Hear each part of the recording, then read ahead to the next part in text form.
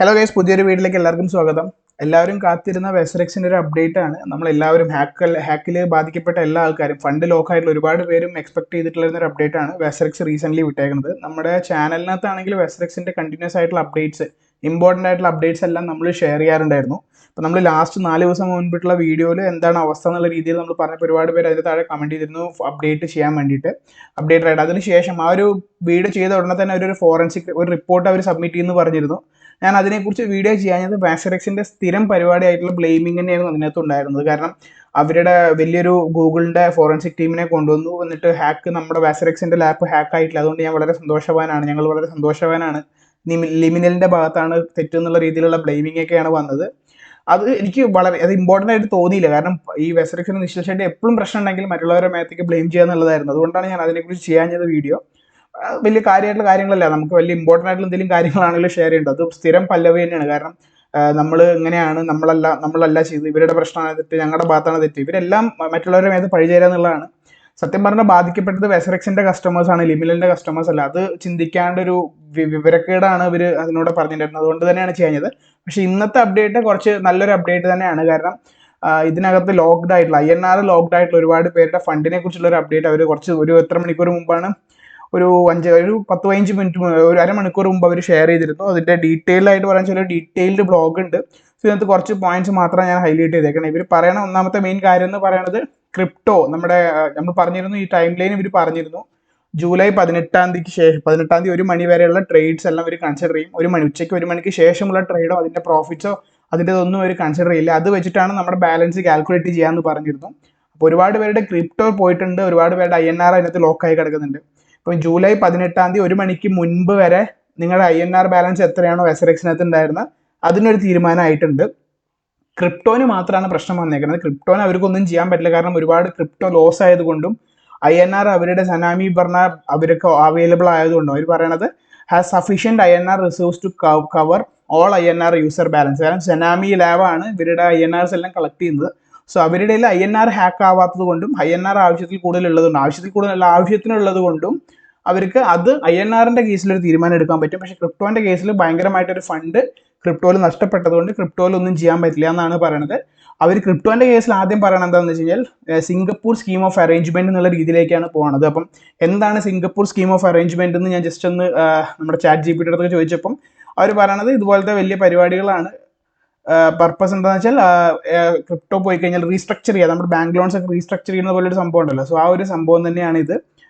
Scheme of arrangement is design restructure obligations. വെസറെക്സിന് എത്ര പൈസ പോയിട്ടുണ്ട്, ഇപ്പോൾ കറന്റ് എത്ര അവൈലബിൾ ഉണ്ട്, ആ ഉള്ള അവൈലബിൾ ആയിട്ടുള്ള ഫണ്ട് ഈക്വൽ ആയിട്ട് എങ്ങനെ കൊടുക്കാൻ പറ്റും, അതിന് വേണ്ടിയിട്ടുള്ള വോട്ടിങ്ങിന്റെ പ്രോസസ്സിലും അതുപോലെ തന്നെ ലീഗലായിട്ട് മൂവ് ചെയ്തിട്ടും ഇപ്പം 10,000 പോയി, പക്ഷെ കറന്റ് 1,000 ഉള്ളൂ എന്നുള്ള 1,000 ഇത്രയും പേർക്ക് എങ്ങനെ കൊടുക്കാൻ പറ്റും എന്നുള്ളത് ഇവർക്ക് ഡിസൈഡ് ചെയ്യാൻ പറ്റില്ലല്ലോ. സോ അത് ലീഗൽ വഴിയിലൂടെ പോകണം. സോ അതിന് വോട്ടേഴ്സ് പ്രോസസ്സ് ഉണ്ട്, ലീഗൽ ഫ്രെയിം വർക്ക്സ് നടക്കണം. സോ ആ ഒരു രീതിയിൽ മാത്രമാണ് ക്രിപ്റ്റോന്റെ വിഡ്രോവൽസ് നമുക്ക് എന്തെങ്കിലും ചെയ്യാൻ പറ്റുള്ളൂ. സോ ക്രിപ്റ്റോ ലോസ് ആയവർക്ക് ഒന്നും ഇവർക്ക് ചെയ്യാൻ പറ്റില്ല.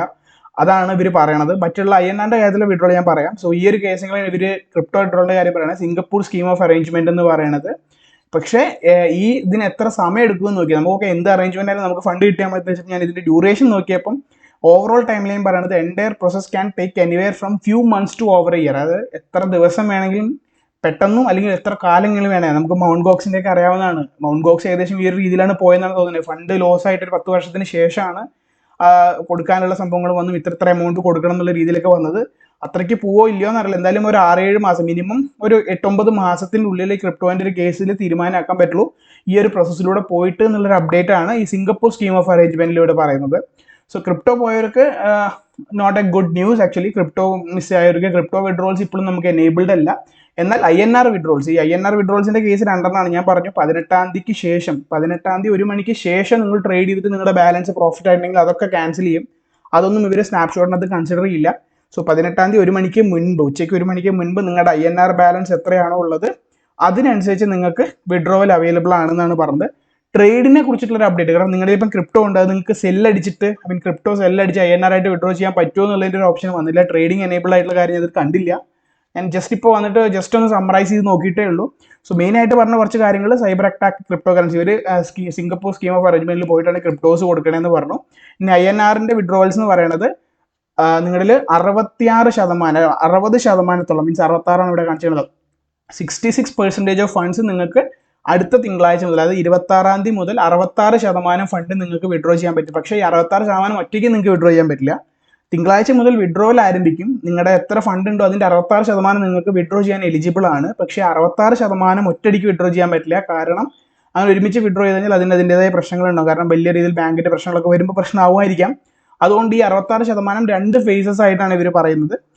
ഒന്ന് 26 ഓഗസ്റ്റ് ടു 8 സെപ്റ്റംബർ, അത് 26-ാം തീയതി മുതൽ 8-ാം തീയതി സെപ്റ്റംബർ വരെ, ഈ ഒരു കാലയളവിൻ്റെ ഉള്ളിൽ പകുതി 66%, അതായത് 33% ഫണ്ട് നിങ്ങൾക്ക് ഈ ഒരു സമയത്ത്, നിങ്ങളിലിപ്പം കറന്റ് ബാലൻസ് 1000 രൂപയാണെന്നുണ്ടെങ്കിൽ അതിൽ നിങ്ങൾക്ക് 660 രൂപ വിഡ്രോ ചെയ്യാൻ പറ്റും.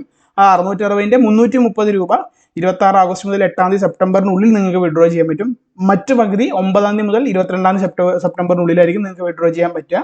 സോ ഇങ്ങനെ ഒരു കേസ് വന്നിട്ട് 34% ഇപ്പം ഫ്രീസണായിട്ടാണ്. കാരണം അത് വിഡ്രോ ചെയ്യാൻ പറ്റാത്തതിന് കാരണം ഇൻവെസ്റ്റിഗേഷൻസ് ഒക്കെ നടക്കുന്നതുകൊണ്ടാണ്. അവർ പറയുന്നത് വേരിയസ് ലോ എൻഫോഴ്സ്മെന്റ് ഏജൻസീസ് കാരണം ഡ്യൂ ടു ഓൺഗോയിങ് ഡിസ്പ്യൂട്ട്സ്, ഇങ്ങനെ ഒരു പ്രശ്നം നടക്കുന്നത് കൊണ്ടും certain investigations by various law enforcement agencies which is assisting with 34% of INR balance are currently frozen and are not immediately available to withdrawal. So ഇത് എപ്പം withdrawal ആവും, 34% നിങ്ങൾക്ക് എപ്പോൾ വിഡ്രോ ചെയ്യാൻ പറ്റും എന്നുള്ളതിനെ കുറിച്ചുള്ള അപ്ഡേറ്റ് വരാനുണ്ട്. ബാക്കി നിങ്ങളിപ്പം ക്രിപ്റ്റോ ഉണ്ട് എന്നുണ്ടെങ്കിൽ നിങ്ങൾക്ക് അത് ക്രിപ്റ്റോ വിഡ്രോ ചെയ്യാൻ പറ്റില്ല. പറഞ്ഞാൽ ക്രിപ്റ്റോ സെല്ല് ചെയ്തിട്ട് നിങ്ങൾക്ക് അത് INR ആക്കി വിഡ്രോ ചെയ്യാൻ പറ്റുമോ എന്നുള്ളത് ഞാൻ ഇവിടെ ശ്രദ്ധിച്ച് കണ്ടില്ല. സോ അത് ഉണ്ടെങ്കിൽ ഞാൻ അടുത്തൊരു ഷോർട്സ് ആയിട്ട് അല്ലെങ്കിൽ എങ്ങനെയും പെട്ടെന്ന് ചെയ്യാൻ പറ്റും. സോ അതിനെക്കുറിച്ചുള്ള അപ്ഡേറ്റ് വന്നിട്ടില്ല. എന്തായാലും നിങ്ങൾക്ക് ഇപ്പം 1 ലക്ഷം രൂപ ഉണ്ടെങ്കിൽ 66,000 രൂപ നിങ്ങൾക്ക് സെപ്റ്റംബർ 22-ാം തീയതിക്കുള്ളിൽ, അതായത് ലാസ്റ്റ് ഡേറ്റ് സെപ്റ്റംബർ 22-ാം തീയതിക്കുള്ളിൽ നിങ്ങൾക്ക് 66,000 രൂപ വിഡ്രോ ചെയ്യാൻ പറ്റും. മറ്റുള്ളത് അവിടെ കിടക്കേണ്ടി വരും. ക്രിപ്റ്റോൻ്റെ കേസിലൊരു തീരുമാനമായിട്ടില്ല. ഇതാണ് അവർ അപ്ഡേറ്റ് പറയുന്നത്.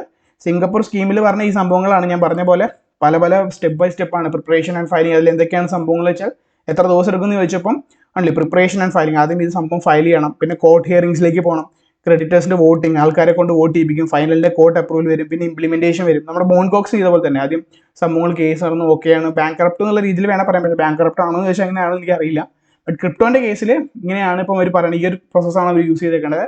ഏറ്റവും മിനിമം എന്ന് പറയുന്നത് 6-7 മാസം എന്നൊക്കെയാണ് പറയുന്നത്. സോ ഹോപ്പ്ഫുള്ളി നമുക്കത് പെട്ടെന്നാവുമെന്ന് അറിയില്ല. ആ സമയത്ത് മറ്റേ ഹാക്കിന്റെ ആൾക്കാരെ പിടിക്കാനുള്ള പരിപാടികൾ നന്നായാൽ ചിലപ്പോൾ എല്ലാം പെട്ടെന്ന് ഈസി ആയിട്ട് നടക്കാൻ പറ്റുമെന്ന് വിശ്വസിക്കുന്നുണ്ട്. സോ ഇതൊക്കെയാണ് ഓവറോൾ അപ്ഡേറ്റ്. സോ ഇതൊക്കെ തന്നെയാണ് വാക്സിക്സിന്റെ അപ്ഡേറ്റ്. ഇനി വേറെ എന്തെങ്കിലും അപ്ഡേറ്റ് വരാണെങ്കിൽ തീർച്ചയായിട്ടും നമ്മൾ അപ്ഡേറ്റഡ് ആയിട്ടുള്ള വീഡിയോ ചെയ്യാവുന്നതാണ്. സോ ഈ ഒരു വീഡിയോ യൂസ്ഫുൾ ആയി തോന്നുകയാണെന്നുണ്ടെങ്കിൽ ലൈക്ക് ചെയ്യുക. ഇനി എന്തെങ്കിലും ഞാൻ മിസ് ചെയ്തിട്ടുണ്ടെങ്കിൽ തീർച്ചയായിട്ടും ഞാൻ പെട്ടെന്ന് ഒന്ന് ഓവർവ്യൂ വായിച്ചിട്ട് എനിക്ക് കിട്ടിയ ഇമ്പോർട്ടൻറ്റ് പോയിന്റ്സ് മാത്രം ഞാൻ മാർക്ക് ചെയ്ത് പറഞ്ഞതാണ്. ഇനി എന്തെങ്കിലും മിസ് ചെയ്തിട്ടുണ്ടെന്നുണ്ടെങ്കിൽ തീർച്ചയായിട്ടും അടുത്ത തന്നെ ഒരു വീഡിയോ ചെയ്യാം. നാളെ പ്രത്യേകിച്ച് മേബി നാളെ അല്ലെങ്കിൽ മറ്റന്നാൾക്കുള്ളിൽ ഒരു വീഡിയോ കൂടി ചെയ്യാം. മിസ്സായ പാർട്ട് എന്താണെന്നുള്ളത്, എന്തെങ്കിലും മിസ്സായിട്ടുണ്ടെന്നുണ്ടെങ്കിൽ എനിക്ക് ജസ്റ്റ് വായിച്ചപ്പോൾ ഇമ്പോർട്ടൻ്റ് ആയിട്ടുള്ള കാര്യങ്ങൾ മാത്രമേ ക്യാപ്ചർ ചെയ്തിട്ടുള്ളൂ.